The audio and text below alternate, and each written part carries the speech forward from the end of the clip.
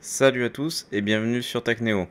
Du coup, je vais rebondir un petit peu sur l'audience de la vidéo de la semaine dernière. Je vois que le fait de changer de sujet, ça impacte énormément les vues de la chaîne. Mais on va dire que je garde quand même une constance au niveau de l'augmentation du nombre d'abonnés. D'ailleurs, je vous remercie tous autant que vous êtes pour continuer quand même de suivre la chaîne et de vous abonner. J'essaye de proposer un peu des contenus différents.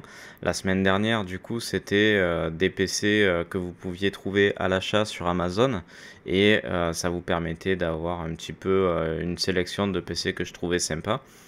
Là, cette semaine, c'est pareil. On va continuer un petit peu du hors-série parce que, comme je le disais la semaine dernière, je veux sortir un peu du cadre de Linux pour pas me bloquer dans cette niche-là et vous proposer du contenu vraiment divers et varié.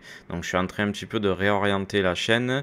Ça ne veut pas dire qu'il y aura plus du Linux, bien au contraire, je reste passionné de ce système d'exploitation et je tourne maintenant uniquement sur cet OS. D'ailleurs, je vais vous mettre, je pense, ce soir ou dans la semaine, quelques posts de mon setup et ça vous permettra un petit peu de constater que dans mon PC de montage, j'ai mis ma vieille GTX 980 parce que je me suis rendu compte que monter des vidéos sur YouTube, ça prenait du temps et étant donné que du temps, j'en ai pas trop, j'avais pas trop le temps de jouer. Donc maintenant, ce que j'ai fait, je me suis assemblé un PC pour jouer le soir tranquille sur la télé dans ma chambre. Au moins, je suis avec ma femme, je profite et en même temps, je joins du coup l'utile à l'agréable, si on peut dire ça comme ça. Sans plus tarder, du coup, on va passer à la suite de la vidéo. Le thème aujourd'hui, ça sera 5 jeux gratuits à avoir absolument sur votre bibliothèque de jeux PC si vous voulez passer le temps avec des jeux sympas. Et puis, si vous avez la patience d'aller jusqu'au bout, je vous mettrai du coup uniquement les timecodes pour les 5 jeux gratuits et on aura un petit bonus payant à la fin de la vidéo. Allez, c'est parti! On va commencer du coup avec le premier jeu gratuit que vous pourrez trouver du coup sur Epic. Si je dis pas de bêtises, vous le trouvez aussi sur Steam. Donc ça sera Honkai Star Rail. On va passer du coup hop sur mon bureau. Donc on va décrire un petit peu ce jeu. En tout cas, c'est vraiment un jeu que j'ai trouvé sympa. Donc lancé en 2023, Honkai Star Rail, c'est un RPG free-to-play signé par Hoyoverse. Donc c'est ceux qui ont fait Genshin Impact. Donc je vous montre un petit peu ce que ça donne. C'est un titre vraiment ambitieux qui embarque dans une aventure spatiale où on prend les commandes d'un pionnier pour explorer des mondes mystérieux et affronter des ennemis vraiment redoutables. Après, au niveau de la réalisation, donc c'est vraiment impressionnant dès les premières minutes. On est sur une technologie de cel shading, donc je vais vous montrer un petit peu ce que ça donne. Hop, voilà. Donc les graphismes sont vraiment propres et vraiment exemplaires avec des personnages au design très soignés. Des animations de combat hyper dynamiques, des décors variés avec des cités futuristes, des planètes gelées ou désertiques. Ça offre vraiment un spectacle pour les yeux de manière permanente. Au niveau du gameplay, Honkai Star Rail opte pour un système de combat au tour par tour, un petit peu comme tous les RPG de son genre, tout en ajoutant la patte en fait du réalisateur avec des compétences spectaculaires, des synergies entre les personnages, ce qui vous permettra vraiment d'avoir un jeu vraiment intéressant et attrayant. On va dire que ça sort de l'ordinaire tout en restant dans le genre de ce type de RPG là. Mais en tout cas, ils ont su renouveler le genre avec des graphismes super intéressants. Perso, quand je vois l'image qu'on a à l'écran, je me dis que c'est vraiment pas dégueu. Chaque combattant donc a un rôle précis, DPS, support, tank. Le jeu donc incite à jongler avec les faiblesses élémentaires pour prendre l'avantage. Les mécaniques, du coup, ça reste vraiment accessible, mais ça offre suffisamment de profondeur en fait pour tous ceux qui sont amateurs de stratégie. Avec le temps, vous allez progresser, ça va vous permettre en fait de développer de nouvelles stratégies. On va dire qu'on peut compter à peu près 50 heures de jeu avant de le terminer. Sans compter les mises à jour régulières, les événements saisonniers qui prolongent encore plus l'expérience. Donc il y aura de quoi vraiment vous tenir en haleine pendant de grosses sessions de jeu. Et puis moi je trouve que visuellement parlant il est super. On va avancer un petit peu dans la vidéo. Ah, s'il n'y avait pas une petite pub, désolé. Donc on va attendre qu'il nous passe cette pub. Ignorer, voilà. Je vais essayer d'avancer un petit peu, que vous voyez ce que ça donne. Moi personnellement je trouve que c'est super propre. Enfin, j'ai l'impression de regarder un dessin animé. Enfin, avant, entre les jeux qu'on avait avant et les jeux qu'on a aujourd'hui, ça n'a rien à voir. Donc là, on a un petit peu un aperçu du gameplay. Et pour revenir donc sur la description du jeu, donc avec son univers riche, les combats stratégiques, la direction artistique somptueuse, ce jeu reste vraiment une aventure spatiale incontournable en 2025. Ça sera vraiment un jeu à prendre, surtout que il faut pas s'en priver, c'est gratuit.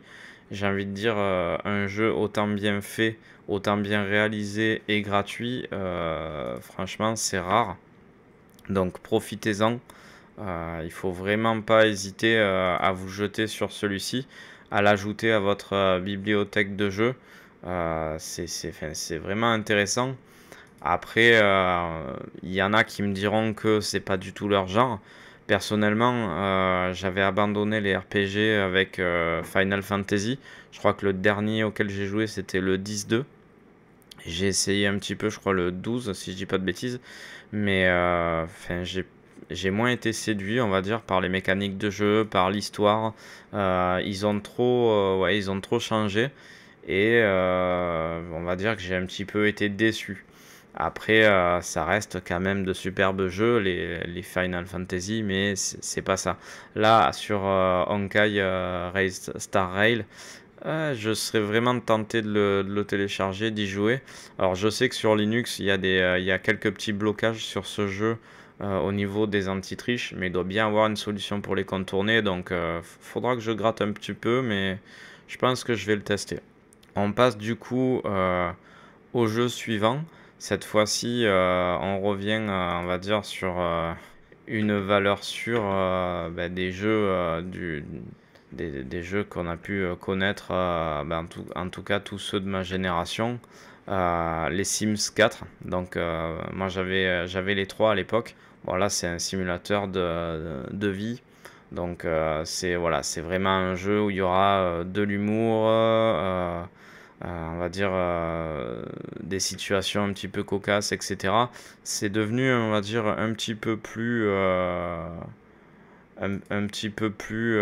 comment dire, joli, si on peut dire ça comme ça. Ça reste quand même dans un style un peu cartoon, comme vous voyez. Mais bon, voilà, quand je parlais des tatouages, donc là, on a une manche, par exemple. Voilà, c'est pas le jeu le plus joli au monde. Mais en fait, ce que je trouve sympa, c'est que il y a toujours des événements autour de ce jeu-là.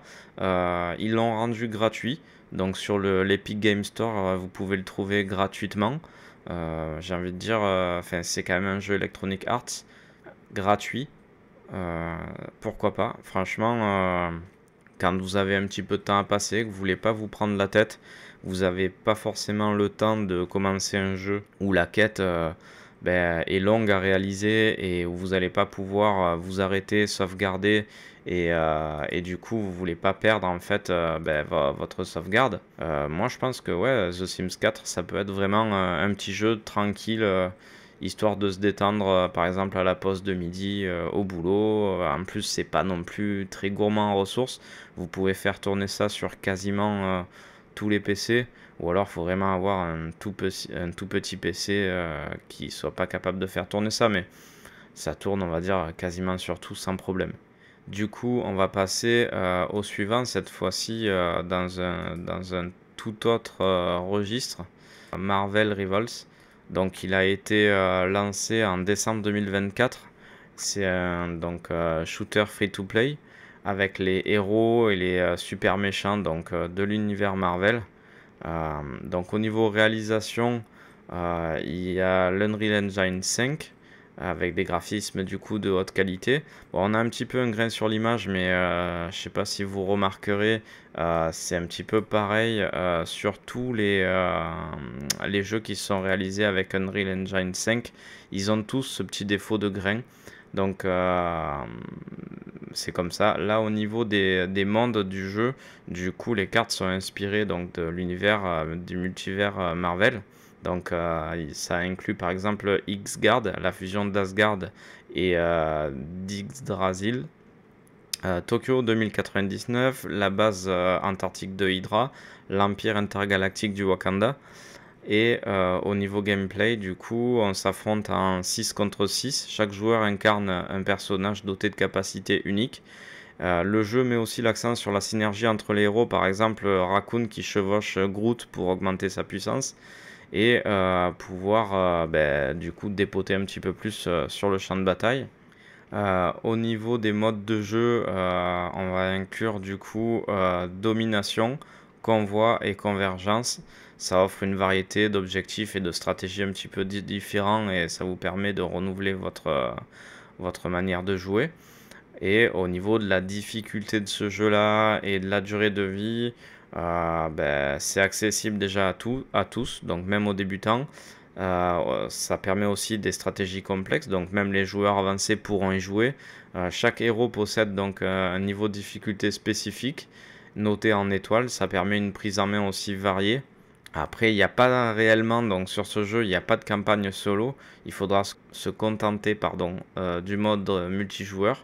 On estime environ à 20 heures pour maîtriser les mécaniques du jeu et pouvoir commencer à gérer vraiment correctement sur le jeu. Donc ça vous garantit vraiment une rejouabilité vraiment élevée. Vous allez pouvoir en faire des parties avant on va dire, de l'avoir poncé, quoi. En résumé, je dirais que les graphismes sont vraiment sympas. Ils sont impressionnants pour du free-to-play. C'est une référence du coup dans son genre et en plus que vous soyez fan de Marvel ou amateur de jeux compétitifs, il est vraiment fait pour vous parce que il a tout d'un jeu en fait payant, mais sauf que là c'est entièrement gratuit.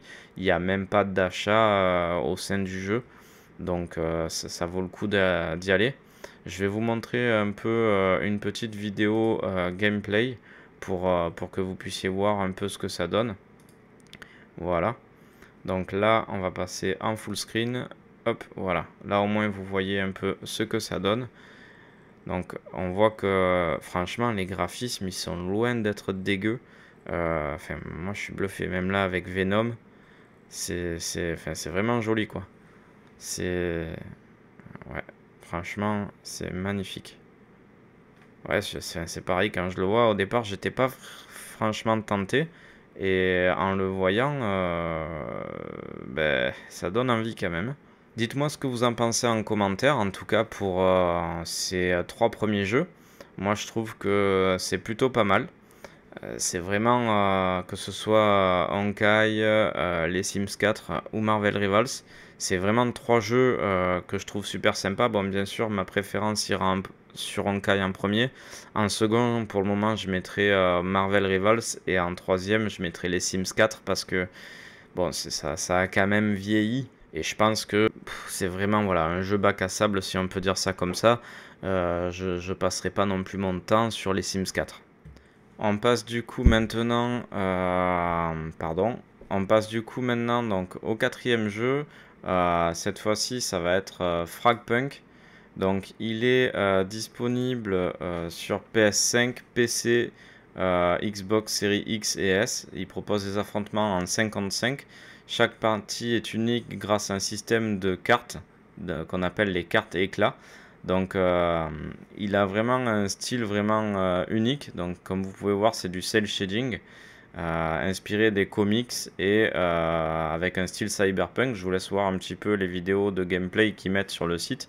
Donc les environnements, comme vous pouvez le constater, ils sont variés. Soit on est dans la jungle, soit dans des trucs un petit peu futuristes.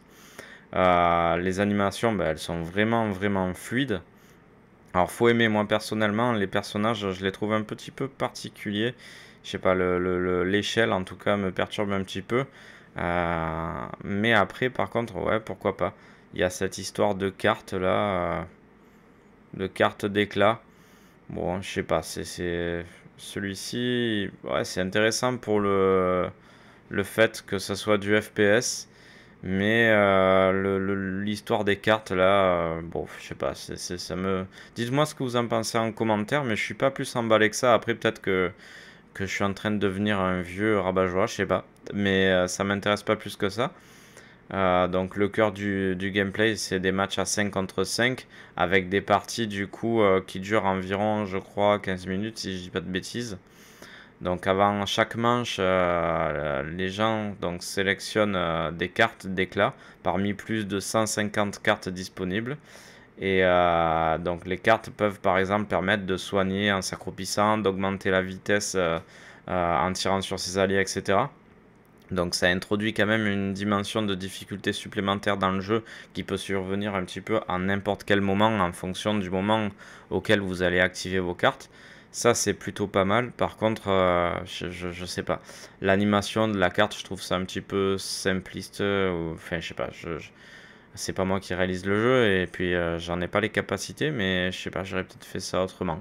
Dites-moi comment vous l'aurez fait, comment vous le ressentez. Donc le mode principal, en tout cas au niveau du jeu, ça s'appellera Shard Clash. Donc ça oppose deux équipes dans un format attaque-défense avec des objectifs à atteindre ou à défendre, bien sûr, en fonction du camp dans lequel on est. Il y a d'autres modes de jeu. Il y a Team Deathmatch, il y a Duel Master et Capture de drapeau. Donc ça offre une variété d'expériences vraiment correctes pour les joueurs. Après, au niveau de la difficulté, Fragpunk, il est conçu pour être, on va dire, assez accessible. Donc les nouveaux joueurs pourront se familiariser tranquillement avec et les habitués des FPS pourront passer des bons moments dessus aussi. Les parties, donc c'est bien ça, je me suis pas trompé. Le script remonte, donc je viens d'avoir la réponse. Elle dure, c'est ça, à peu près 15 minutes. Donc c'est bien, c'est pas des manches trop longues. Si vous êtes dans la galère, ben, vous n'allez pas galérer trop longtemps, vous aurez le temps de souffler entre chaque manche. Et puis si vous vous êtes fait dès le départ, ben, vous aurez le temps au moins de réfléchir, d'observer les autres, de vous préparer pour la manche d'après, en espérant du coup que les 15 minutes d'après vous permettent de profiter pleinement. Il n'y a pas de campagne solo. Donc la seule chose qui est intéressante, c'est la diversité des modes de jeu qui vous permettront en fait d'avoir une rejouabilité plutôt élevée parce que vous pourrez vous renouveler. Vous ne serez pas obligé de vous cantonner à une seule chose. Donc en résumé, c'est un jeu un petit peu qui offre du changement avec cette histoire de carte d'éclat. Le style visuel aussi qui est vraiment à part, ça se distingue de tous les autres jeux qu'on peut constater, qu'on peut rencontrer sur les sites actuels. Personnellement, moi j'adhère pas. Je sais pas, ouais, les proportions des personnages en fait ça me perturbe, les cartes aussi. C'est pas je suis pas le bon client pour ce type de jeu là. Mais voilà, je reste persuadé que ce jeu peut trouver des clients sans problème. Parce que, ben, voilà, après, je peux pas nier, il est fluide, il a pas des graphismes dégueulasses non plus. C'est juste que ça me plaît pas, mais après, comme on dit, les goûts et les couleurs, ça se discute pas. On va passer du coup sur The Dark Mode, le dernier jeu gratuit. Donc je vais vous mettre en même temps la cinématique. Hop, désolé, je récupère juste un élément. Hop, voilà. Donc lui, il commence un petit peu à dater par contre. Il est sorti en 2009. Donc ne me flashelez pas. C'est juste que ben, j'ai essayé de faire un classement de jeux gratuits. Donc j'ai fait avec ce que j'avais. C'est un jeu d'infiltration à la première personne. Il était initialement donc développé pour être une partie de Doom 3. Finalement, c'est devenu un jeu à part entière en 2013. Et donc, il vous plonge dans un univers gothique un peu steampunk avec un mélange du Moyen Âge, de l'époque victorienne, de la révolution industrielle aussi. Donc c'est plutôt sympa parce que du coup vous avez on va dire plusieurs époques mélangées, donc ça apporte un style un peu original. Bon, c'est sûr qu'il a vieilli hein, niveau graphisme, je dis pas. Après là je parle vraiment pour un point de vue histoire, ça peut être intéressant. Euh, Il y a quand même des mises à jour encore, donc pourquoi pas. Mais c'est vrai que là c'est vraiment vieux. Après voilà, il y en a qui les customisent aussi, pourquoi pas. Mais là, bon courage, hein, faut savoir faire. Mais voilà, vous voyez un petit peu ce que ça donne. Je trouve que c'est plutôt sympa dans le sens où ben, il est personnalisable. Il y a des modes qui sont apportés encore de nos jours par la communauté. Donc finalement c'est sans fin, hein. Enfin, on peut faire évoluer le jeu à l'infini comme ça. Et voilà, pour ceux qui aiment bien ce style de jeu un peu à l'ancienne, dites-moi ce que vous en pensez en commentaire, si vous aimez bien, si vous connaissez, je serais curieux que vous me fassiez votre retour. Là pour le coup, j'ai pas testé donc je peux pas trop vous dire. Mais tout ce que je peux vous dire, c'est que bon, au niveau graphisme, en fait, en connaissant la date de sortie de celui-ci, ben c'est pas trop déconnant parce que je me dis que pour l'époque, ben en effet, c'était un jeu super bien fait. Et ben, il est vraiment pas ridicule quoi. On va passer comme promis cette fois-ci au dernier jeu de la vidéo. Là, celui-ci, vous l'aviez pas dans les timecodes et si vous avez eu la patience d'arriver jusqu'ici, ben, je vous en remercie. Ça va être The Witcher 4. Donc, il était officiellement annoncé pour 2027, je crois. Et finalement, ben, ils l'ont avancé et ils ont décidé de le mettre du coup en place pour 2025. Donc c'est plutôt pas mal. On va avoir un jeu qui va être vraiment intéressant et qui va permettre de renouveler le genre parce que cette fois-ci on n'a plus Geralt comme personnage principal mais on va incarner Ciri. Donc ça va vraiment changer. L'avantage c'est que Ciri c'est un personnage qui est ben, vraiment puissante. Donc on va pouvoir utiliser l'alchimie de manière vraiment efficace. On va avoir des combats aussi qui seront super parce qu'elle a quand même été formée par Geralt. Donc il va y avoir des combos à l'épée qui seront vraiment énormes. On est propulsé aussi par Unreal Engine 5. Comme vous pouvez le constater là pour le coup. Ben, j'ai pas l'impression que le grain soit trop dérangeant sur l'image. Et on a des graphismes à couper le souffle. Étant donné que ça va sortir cette année, là celui-ci j'ai vraiment hâte de le tester. Et je pense que je vous ferai un retour à chaud quand j'aurai pu le tester. Mais ouais, franchement là, je vous laisse juste apprécier en fait ben, les graphismes. Je vais remettre le son et on va finir comme ça en vidéo. Et je vous reprendrai après pour la conclusion de cette vidéo.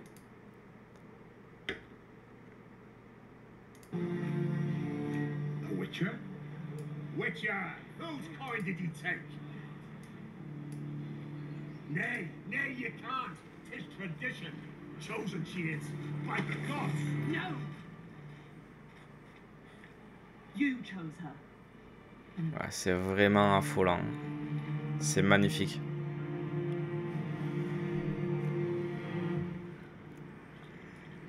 On croirait regarder un film en fait.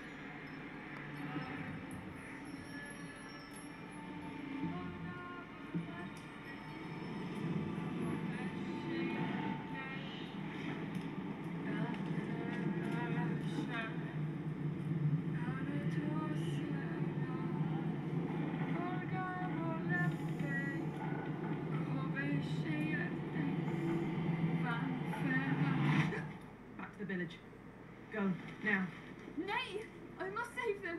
Save the village! Save yourself!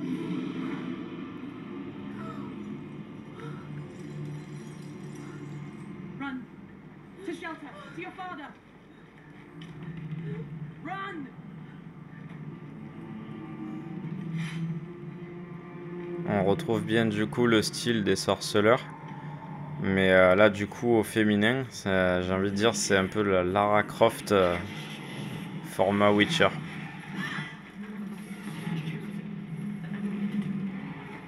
Voilà, vous avez peut-être les retours de mes haut-parleurs, mais le son, il est énorme.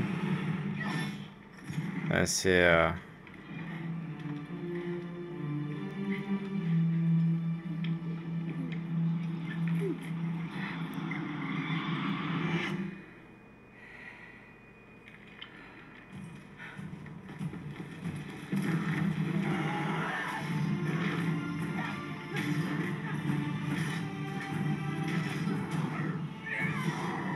vraiment énorme. Franchement, j'aurais pu laisser ça encore jusqu'à la fin. Après, le but, c'est pas de vous montrer du coup la bande-annonce complète parce que bah, d'une, ça, c'est pas compliqué. Il vous suffisait juste d'aller la chercher sur internet et vous la trouviez. C'est juste voilà pour vous dire un petit peu le petit bonus. Je pense que celui-ci, ça va être vraiment une pépite cette année. Bon, là, pour ceux qui ont déjà fait The Witcher 1, 2 et 3, je pense qu'il y en aura beaucoup qui seront d'accord avec moi. J'ai vraiment adoré les 3. J'ai commencé sur le 1 il y a maintenant 5 ans en arrière, donc il avait déjà bien vécu.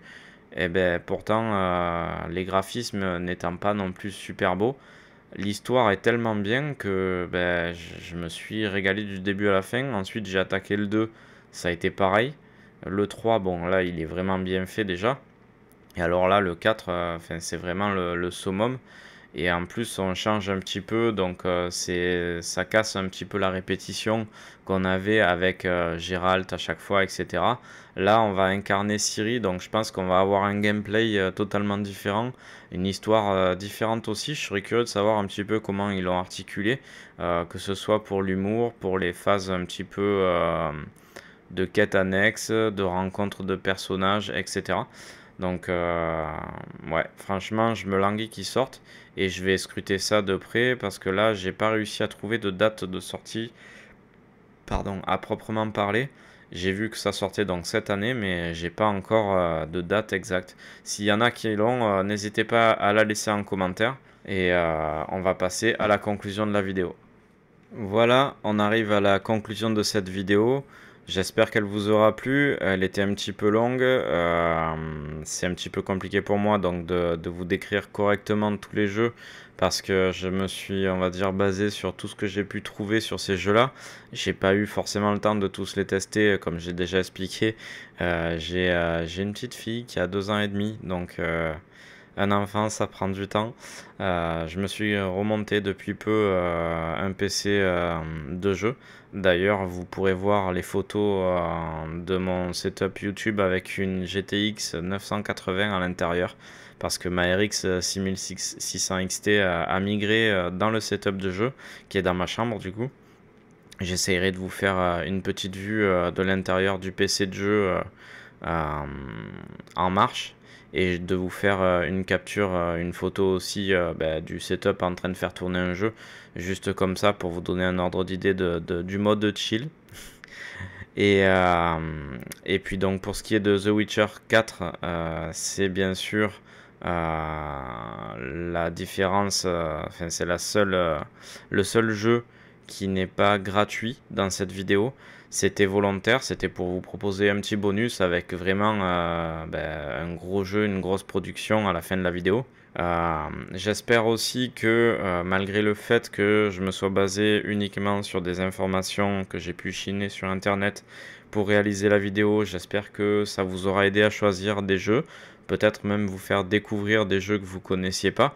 Personnellement, mis à part les Sims et The Witcher 4, j'en connaissais aucun des autres. Après, c'est vrai que c'est pas des types de jeux sur lesquels j'ai l'habitude de m'attarder, mais ça m'a vraiment donné envie. Voilà, dites-moi ce que vous en pensez en vidéo, en commentaire, on va y arriver. Mais personnellement, Honkai pour moi, d'un point de vue graphisme, dans les jeux gratuits, je précise, ça sera le meilleur. Ouais, ensuite on va avoir Marvel Rivals dans un autre style. On aura ensuite les Sims 4 qui seront plutôt, on va dire, tournés vers le côté cartoon. Et puis ensuite, à la rigueur, on peut avoir pas The Dark Mode parce qu'il est vraiment pas joli, mais en même temps, il commence à payer un petit peu sa vieillesse. Mais ouais, Fragpunk est pas mal, mais j'en avais un autre, je suis en train de le chercher parce que j'ai perdu son nom. Non, c'était Fragpunk, c'est ça. Fragpunk est bien, mais c'est pas trop mon style. Voilà, donc c'est tout pour le résumé sur les vidéos et mon avis sur les jeux donc, que vous avez pu voir en présentation. J'espère que cette vidéo vous aura plu. Si c'est le cas, n'hésitez pas à me lâcher un pouce bleu, à cliquer sur la cloche pour recevoir les notifications pour les prochaines vidéos. En attendant, je vous dis à la semaine prochaine et surtout, portez-vous bien.